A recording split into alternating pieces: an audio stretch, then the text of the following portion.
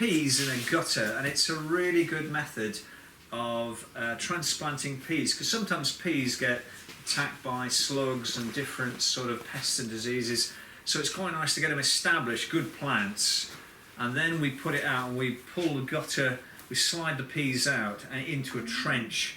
So we make a flat bottom trench with a hoe or with a spade, and we're going to slide it in. So in order to do that, what we've got is we've rescued a gutter that was being thrown away, actually, as it happens. So what I'm going to do is just use an old saw, and hopefully this will go through. It's a blunt saw. It's going to take me. This could take a while. There we go. So we got a couple now, or at least we get maybe even two, might get through. And I've actually got a little bit of old. This is actually anti-hotspot tape. And what we're going to do is I'm going to just run that round there like that. Run it round there. That's just to close the end off, because unfortunately we hadn't got any little bits to do that. So does it need drainage holes? yeah, it's got a bit of drainage as well. Absolutely, out the side, because it'll come out. Oh, right, no, yeah. But yeah, good point actually. You can get a drill and just make some drainage holes as well. So it's really sticky, this. But normally, if you've got obviously the ends for the guttering, you could just pop them on, or you could put a plastic bag, elastic band. You can improvise. So we've got our gutter.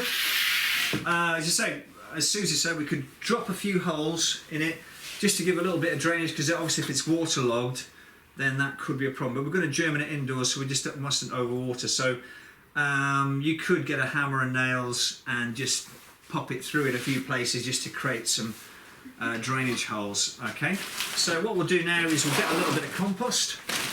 There you go. And we'll top it up. We'll just make sure the compost is moist. It's a little bit on the dry side. And what we'll do is we'll just put a layer in, spread that out. Okay, pop the layer there, spread that out, and we'll do that. And so what we're going to do is everybody can have a go at this, or you can work, you know, two per, and then you have to fight over them when they come up, and have half each in your tray. So we'll do something like that. Now, the peas, normally peas are planted about 2 inches deep in a flat bottom trench. And it's interesting with peas, because one method of doing peas is to do, you can do 3 in like side by side, or you can do a number 5 if you want to. I'm going to do a number 5, like the 5 of diamonds or the 5 of spades. I'm going to go 1, 2, 1 in the middle, 4, 5, because it isn't a massive gutter.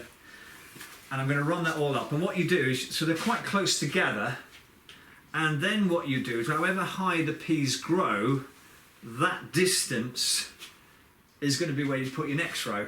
Okay, you don't have to do it this method, but that's the reason why, because obviously these are going to shade out the ones over here.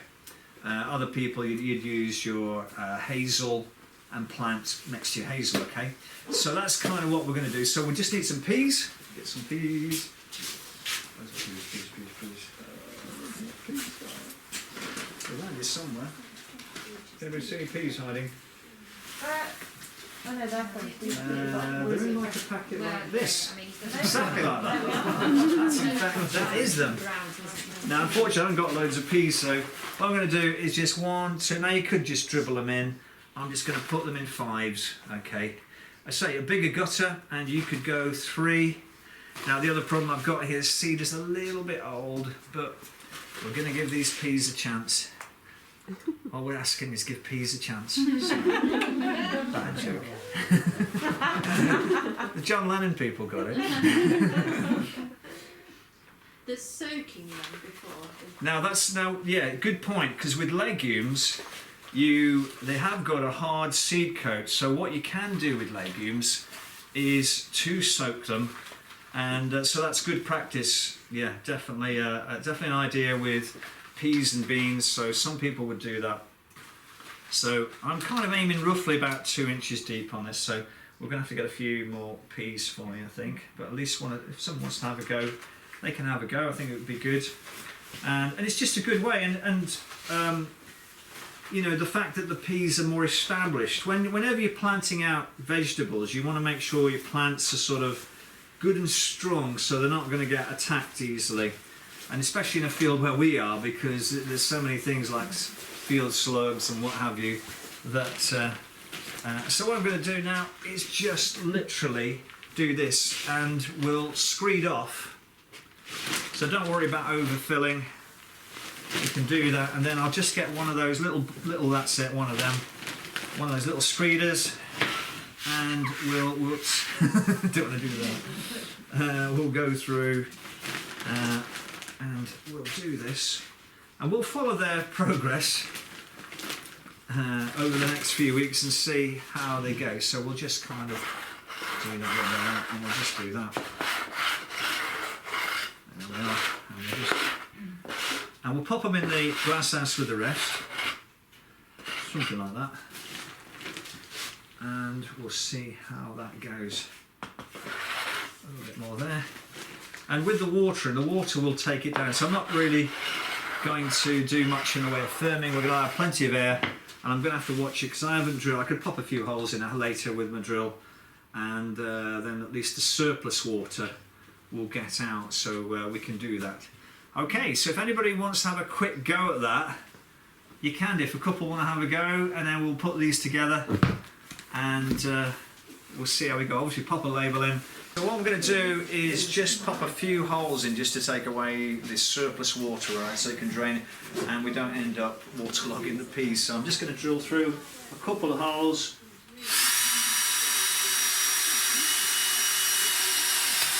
There we go, there's one. And we'll just pop a few of those through. That'll do, really. We can come up the gutter method of planting. We sowed the gutter a few weeks ago with chickpeas, and they've come up fairly well. There's a few in the middle not come up, and we're going to just slide some of that into this one, and then we're going to have a look at another plot. We're going to slide some on that plot as well.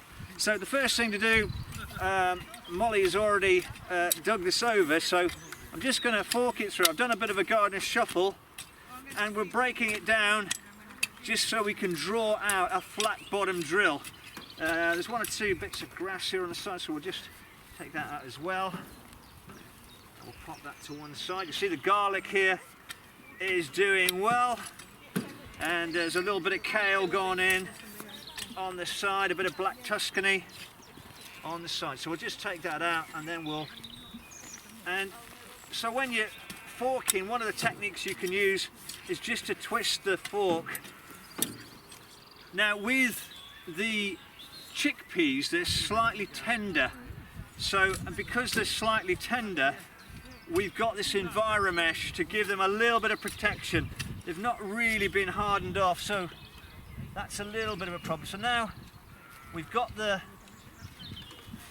side of the trench soil in a reasonable state. So what we do next is to get a flat, to get a hoe, to make a flat bottom trench. Just get a swan neck hoe, or what we call a draw hoe, and we can just draw that out. And obviously you're looking for something that is about the width of your, or even a bit bigger is even better, than your drain pipe. So what we'll do is we'll just pull that out, and obviously I'm looking at about 2-inch depth or so on this one. Okay, so we'll pull that out just nice and straight. Obviously you could put a line down, you could put a stick down. We're only going to do half of the trench in this one and half in the other one. So just something like that, just to sort of get that out. And then what we're going to do is we're going to try and slide it in. Now I'm going to remove, we've used this sort of little bit of tape around the side. So I'll just pop that in my pocket. And if you have a look at the chickpeas, they've got a really good root system on the end. You can see that, I don't know, guys can see it over there. Yeah. So it's actually quite good, really.